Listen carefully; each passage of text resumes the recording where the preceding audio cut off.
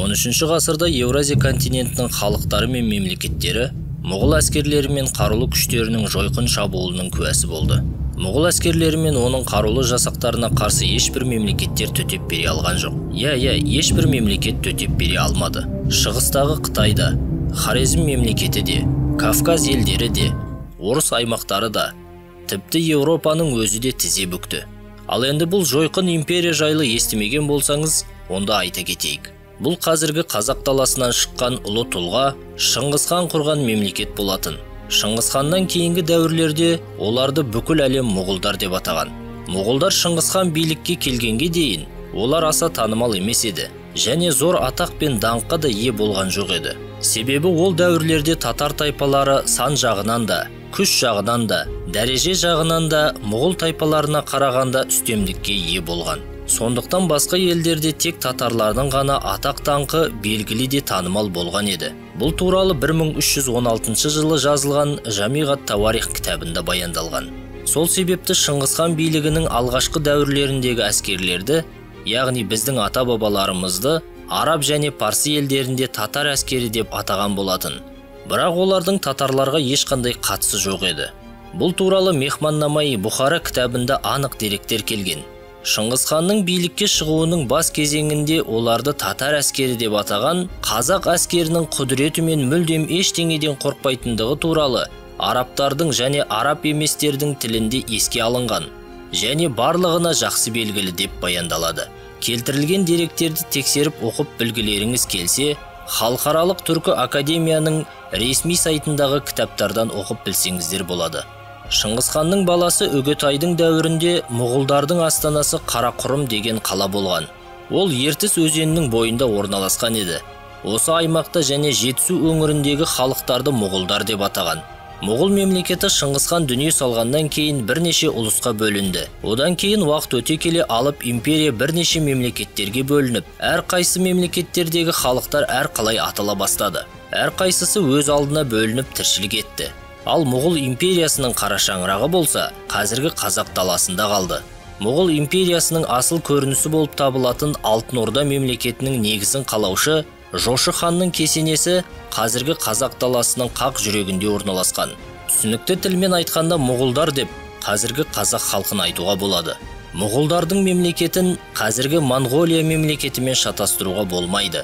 Және қазіргі Моңғол деп аталып жүрген халқа жұртын да орта ғасырлардағы мұғулдардың ұрпағы деп те есептеуге болмайды. Басқа видеоларымызда айтқанымыздай, бұл СССР-дің түркі халықтарының тарихын құртуға бағытталған саяси идеологиялық бағдарлама болатын. Ал шындығында мұғулдардың ұрпақтары деп қазіргі қазақтарды бұлтартпай айтуға болады.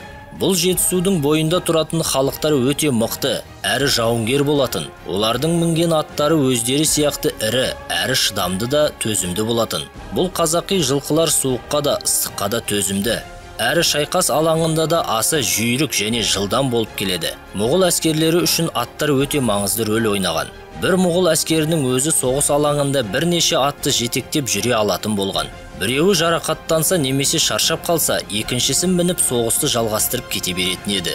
Сол себепті де соғыс алаңында жылқылардың да аса күшті және жылдам болу өте маңызды болған. Жылқыларды соғысқа дайындау жас кезінен басталатын. Оларды көкпар ойындарына салып, қайраты мен рухын жауынгерлікке үйрететін. Солайша дайындалған жылқылар соғыс алаңында аласапыранның арасында өзін жоғалтпай, жауға қарсы өз кеудесін ұратын. Қорқу деген не екенін білмейтін. Мұғул әскерлерінің жасақ түрлері де өте көп болған. Әскердің негізгі құрамын ат үстіндегі садақшылар құрайтын еді. Сондай-ақ ат үстіндегі найзалы әскерлер және қылыш, шоқпар сияқты қарулармен жасақталған әскерлер де көп болатын. Ат үстіндегі садақшылар өзімен бірге қысқа иілген қылыш пен басқа да кіші қанжар сияқты атқыш қаруларды алып жүретін. Мұғул әскерлерінің ауыр сауыт киілген жасақтары да бар болатын. Олардың аттары да сауыттармен безендіріліп, беттеріне дейін бетпердемен жабынып алатын. Мұндай ауыр сауыттар әскерлерді жақын шайқасқа түскенге дейінгі садақ оғынан сақтайтын болған, және олар көп жағдайда найза және ұзын қылыштармен жасақталатын еді. Мұғул әскерлері соғысу әдістерінің қас шеберлері болған. Соғыс майданында қарсылас тараптың әскерлері бірінші шабуылға төтеп бере алса, онда мұғул әскерлері жеңіліс тапқандай болып, артқа қашатын еді. Мұғулдар жеңілді деп ойлаған қарсылас әскерлер оларды қуып кетіп, Негізгі әскерден алшақтап қалған кезде Торуылдарға жасырынып тұрған моғолдардың екінші жасақтары жасырынып тұрған жерлерінен атып шығып, сұрапыл соққы беріп, жауды тас-талқан ететін, немесе қарсылас әскерлерді қоршауға алып, садақ оқтары мен жаңбыр жауғызатын. Моғолдар мұндай әдісті жаңбырлы шеңбер деп атаған. Әбден шаршап шалдыққан жау әскерлерін соңында атты әскерлер барып жаншып тастайтын болған.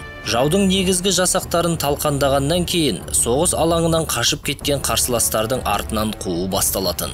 Бұл жағдай бірнеше күнге дейін жалғасуы мүмкін еді. Себебі жаудың әскерлері қашып тығылып, кейіннен бәрі қайта бірігіп, бас қосып қайта қарымта шабуылға шығуы мүмкін. Осы жағдайдың алдын алу үшін қашқындарды барынша қуып, оларды ұстап әкелуге тырысқан. Моғолдардың бір ерекшелігі, олардың қолбасшыларының өздері де соғысқа қатысатын.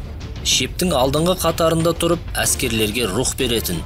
Моғол жасақтарының әскери тәртібі мен өзара түсінігі өте жоғары деңгейде болған. Олардың әскерлері ондыққа, жүздікке, мыңдыққа және 10 мыңдықтарға бөлінетін. Жасақтар әскери тәртіпті арнайы дайындалған ойындар мен аң аулау барысында жаттығатын. Олар соғыс әдістері мен өз біліктіліктерін көтеру бойынша ізденуді ешқашан тоқтатпайтын еді. Үнемі жаңалықтар ашып отыратын. Немесе өзге мемлекеттерден көрген әдістер мен құрылғыларды өздеріне жасатып, соғыс алаңына түсіретін. Солайша қамалдарды да қоршауға алатын құрылғыларды да иемденген. Шыңғыс ханның немерелері Құбылай қаған мен Абақа ханның қақтығысынан кейін Құбылай моғолдардың астанасы Қарақұрымды Қытайға көшіріп алып кетеді. Бұл жағдай алып мемлекеттің ыдырау жолына түсуінің бірінші нышаны болатын. Сол кездерде Қытайда білім мен ғылым қатар дамып, көптеген құрылғылар мен технологиялар қатар дамыды. Солардың біреуі жанғыш мұнайдан жасалған зеңбіректер болатын. Солайша 1245 жылдары 250 метрге жететін алып зеңбіректер ойлап табылды.